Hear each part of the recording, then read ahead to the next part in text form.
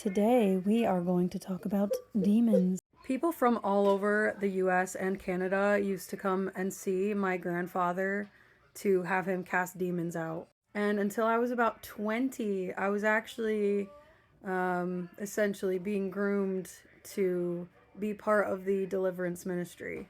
Some things that we believed could cause demons to attach themselves to us were gambling, having premarital sex, homosexuality, lying, stealing, cheating. But once in a while, there were things that made less sense.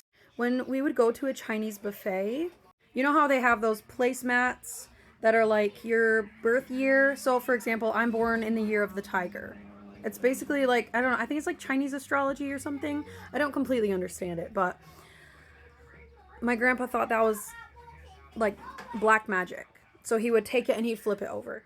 Reading fortune cookies was a sin that could cause demons to attach themselves to you. You get the idea. Basically, anything that makes someone uncomfortable, they can say, oh, that has demons attached to it. And if you do it, then you'll get demons. Which is not a very good thing for a child who has OCD to hear. They would say, demons can hide, and you have to ask the person, are there any hidden demons? And the person is basically just supposed to say the first thought that comes to mind. Now, for someone who's already dealing with mental health problems, which is most people who are trying to get deliverance, that can be very distressing. And for someone who already struggles with psychosis, which is a lot of religious people, that can feel very real. But one thing I noticed when I started studying different kinds of psychological phenomena is that the deliverance sounded a lot like hypnosis. More on that in another video. Now let's go back to my childhood. Anytime there would be a conference or anything, they would treat us like we were celebrities because of how popular my grandfather was in this ministry. The amount of people who brought their autistic children to get deliverance for their autism symptoms.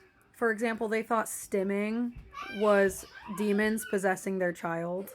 It is appalling and disgusting and abusive.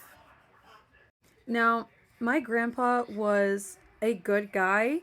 He didn't take a salary. He thought it was extremely wrong when pastors would take a salary.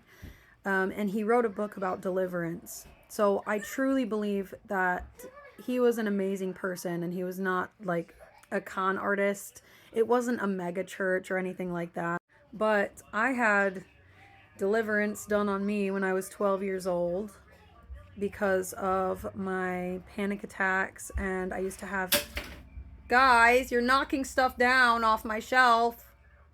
I used to have rages that they didn't know were caused by my autism. So it's crazy looking back and seeing that they were casting demons out of a child for being autistic.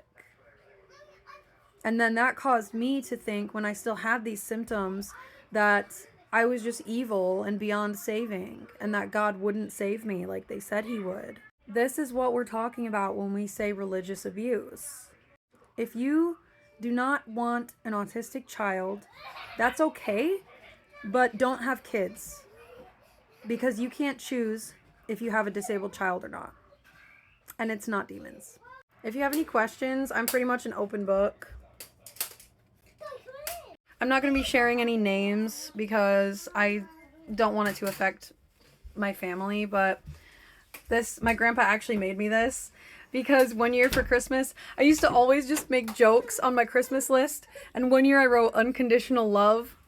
So he made me this, and this was like the last present, like the big present, and he framed it and everything, so I have it in my hallway.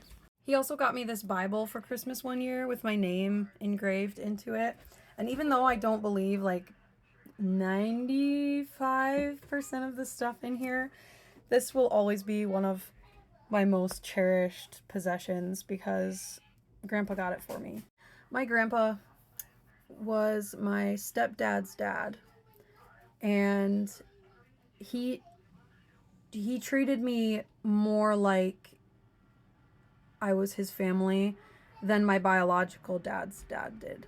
He never treated me differently than any of the other kids. He always loved me unconditionally, even though he hated my nose ring. So even though I am talking about these negative experiences, I will always have so much love for him and for the rest of my family.